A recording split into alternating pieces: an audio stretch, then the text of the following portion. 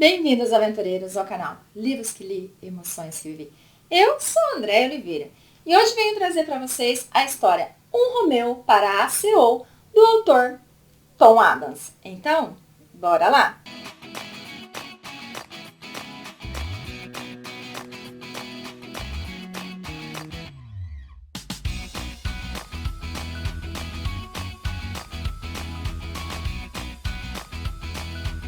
Cheguei, aventureiros, com mais uma dica de leitura aqui nesse canal. Mas hoje tenho que dizer para vocês que a história que trago posso contar como um conto, porque tem apenas 154 páginas.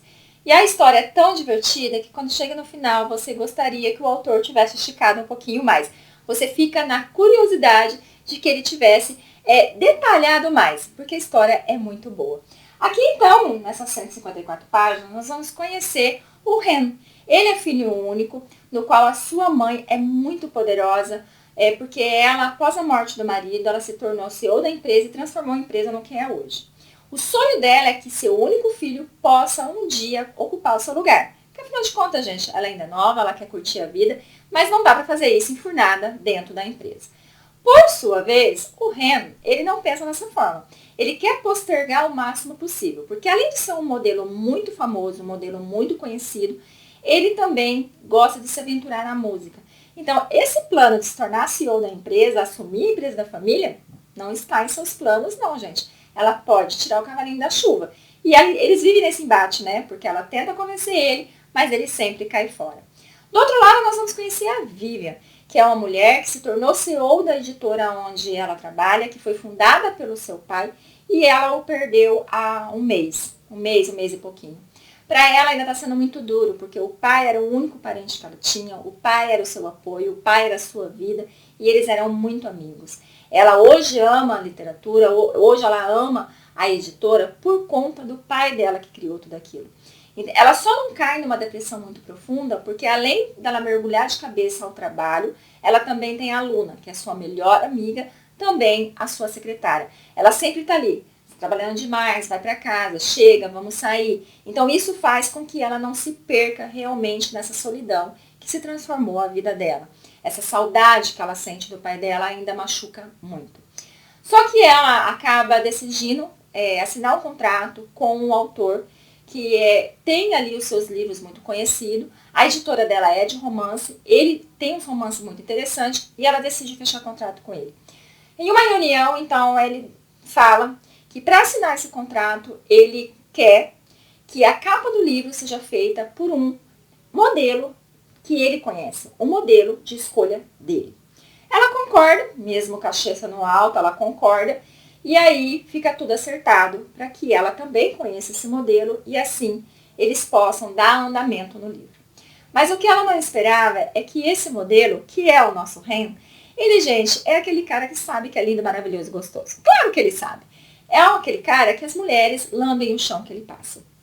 E por conta disso, ele acaba sendo babaca, ele acaba sendo aquele um que se acha gostosão, aquele um que acredita que toda mulher que ele piscar vai querer ir pra cama com ele. E isso faz com que o primeiro encontro deles seja desastroso. Porque ele trata ela como uma fã. E ela fica louca da vida com aquela arrogância dele. E quando ela fala, não faço ideia de quem você é, ele acha aquilo muito intrigante. Porque é impossível que exista alguém na face da Terra que não conheça. Que ela deve estar fazendo o jogo duro. As coisas ficam mais complicadas quando eles acabam descobrindo que eles vão ter que trabalhar junto. Quando ela descobre que ele é o tal modelo, gente, o olhar dela de matadora é incrível, porque ela fica muito fula da vida. E o pior é que ele, vendo que ela fica irritada com ele fica provocando, gente. Ele dá em cima dela descaradamente, fazendo com que o encontro deles, a partir desse primeiro, seja um desastre total. Eles vivem trocando farpas. Ela sempre tentando colocar ele no lugar dele e ele sempre deixando bem claro que ele vai ter ela na cama dele. É nítido, assim, quando você olha para os dois, a interação dos dois, que tem uma química entre eles. Todo mundo já percebeu, tanto a Luna, que é a secretária dela, como também o Caio, que é o melhor amigo do Ren. Já perceberam isso, gente? Porque quando os dois estão juntos, fica uma tensão sexual no ar imensa. Mas os dois, né, não querem acreditar nisso. Eles acreditam que é só troca de farpas mesmo. A mãe do Ren, ela acaba seguindo os passos ali do filho, porque ela não é boba nem nada, e ela descobre sobre essa ligação da Vivian com o Ren. Então ela dá um jeito de fazer com que eles fiquem mais próximos, acreditando que isso vai fazer com que eles se entendam. Mas é tudo ao contrário, porque por mais que eles iniciem uma conversa civilizada, finaliza trocando farpa, gente. Não tem como, porque o Ren ele não consegue ficar de boca fechada. Toda vez que ele tem uma oportunidade, ele solta uma piadinha que faz ela ficar com raiva. E como o nome dele é Ren, ela fala Ren, lembra Han, e ela fica chamando ele de girino, ela fica chamando ele de... Gente, é hilário os apelidos que ela põe nele. Gente, eu chorei de rir com ela, porque ela brava faz com que você só gargalhe da cara dela. Eles vão, então, nessa situação, onde eles ficam nisso, de troca farpa aqui, troca farpa ali, até que vai ter um momento óbvio que eles não vão resistir, só que esse momento é complicado.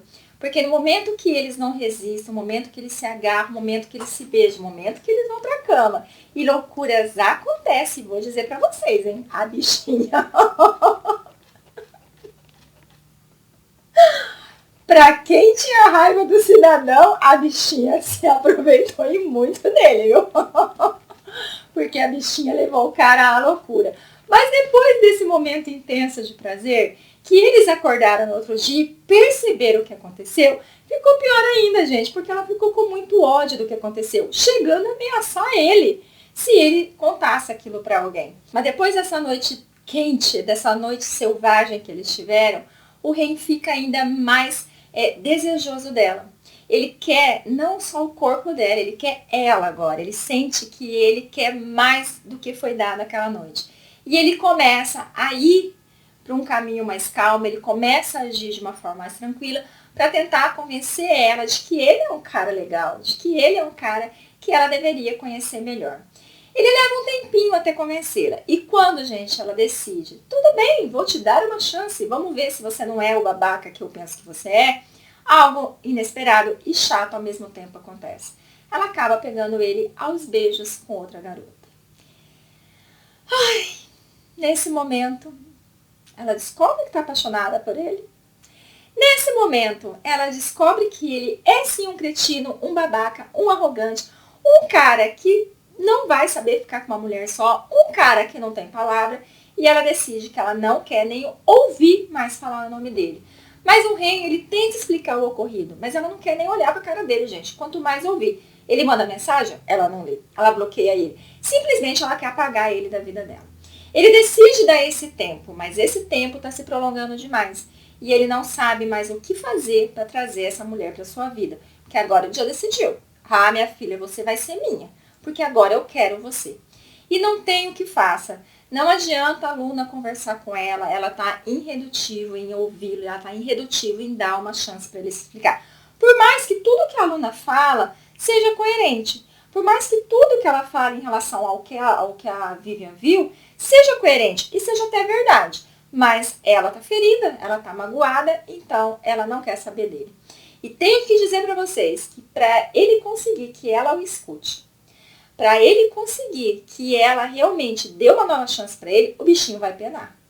O bichinho vai sofrer. Mas quando eles se encontram, quando eles têm um momento de conversar, tudo que ele planejou, tudo que ele ensaiou, não conseguiu ser feito. Ele não conseguiu falar, ele não conseguiu agir. Porque ele foi pego de surpresa com a ação dela. Ele foi pego de surpresa com o que ela falou e fez logo em seguida. Então, assim, essa história é muito divertida. Essa história é o que vai fazer com que a gente pense o seguinte. Pelo menos foi essa a lição que eu tirei. O Ren, ele é, sim, um deus grego. E ele está acostumado, então, com coisas fáceis. Ele está acostumado das mulheres correr atrás dele. Ele está acostumado com que eu quero você, ok, eu aceito, vou. Então, quando ele encontrou a Vivian, que tratou ele com indiferença, que tratou ele com raiva, que tratou ele como se ele não valesse nada, como assim, você não é importante para mim, eu não tô vendo nada de interessante em você, isso fez com que ele ficasse interessado nela. Toda aquela braveza dela fez com que ele ficasse instigado em conhecer mais dela, em querer mais dela, porque no fundo ele não queria mais algo fácil. Por isso que ele nunca se prendeu. Ele queria algo que desse a ele um desafio. E todo homem, e também mulheres, gostam de um bom desafio, gente. Vocês podem reparar que a maioria das histórias tem isso. Homens maravilhosos, homens que conseguem o que quer, e quando ele tem o primeiro embate, quando eles têm ali na sua frente alguém que é indiferente a ele, ele cisma em querer aquela pessoa. Isso é nítido, e foi o que aconteceu com o Ren. Ele decidiu que quem ele queria era aquela uma brabinha, aquela uma chata, aquela uma que o desafiava, e aquela uma que, por mais que os seus olhos diziam, quero ir para a cama com você, ela relutava e para não ir para a cama com ele. Então isso mostra que tudo que vem fácil, realmente não damos valor. Então eu deixo vocês com essa história incrível, com essa história super divertida, e agradeço muito pela sua companhia. Fiquem com Deus e até a próxima!